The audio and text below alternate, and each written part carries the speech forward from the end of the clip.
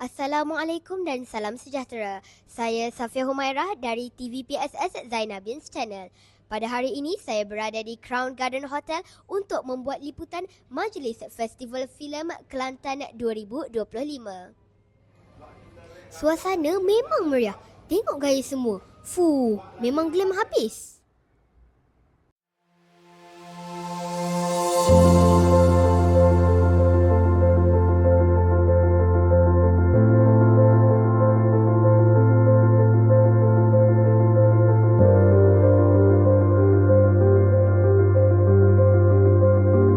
Majlis dimulakan dengan nyanyian lagu Negaraku, lagu Selamat Sultan dan bacaan Ikrar Rukun Negara.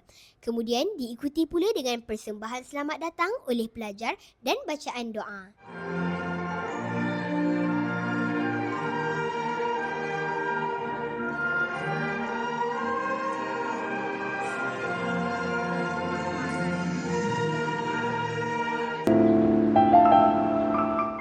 Kali ini Jom kita saksikan sorotan majlis hari ini. Dengan teliti, adil dan penuh tanggungjawab.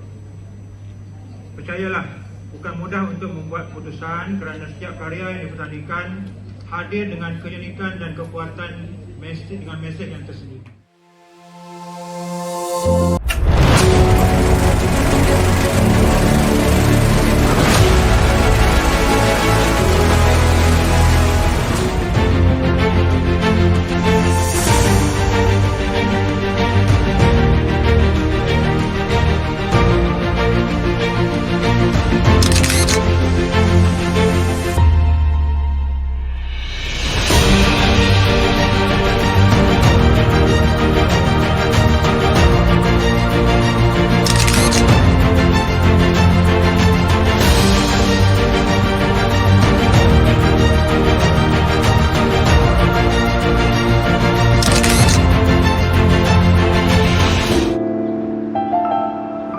Ini dia saat paling mendebarkan, iaitu pengumuman pemenang.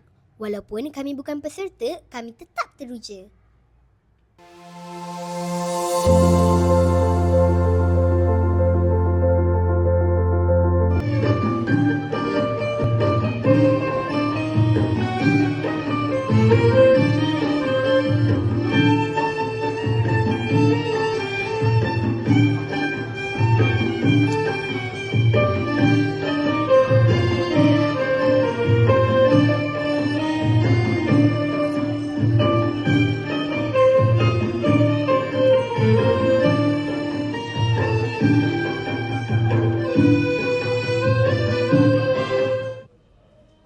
Itulah sahaja sedikit sebanyak daripada saya.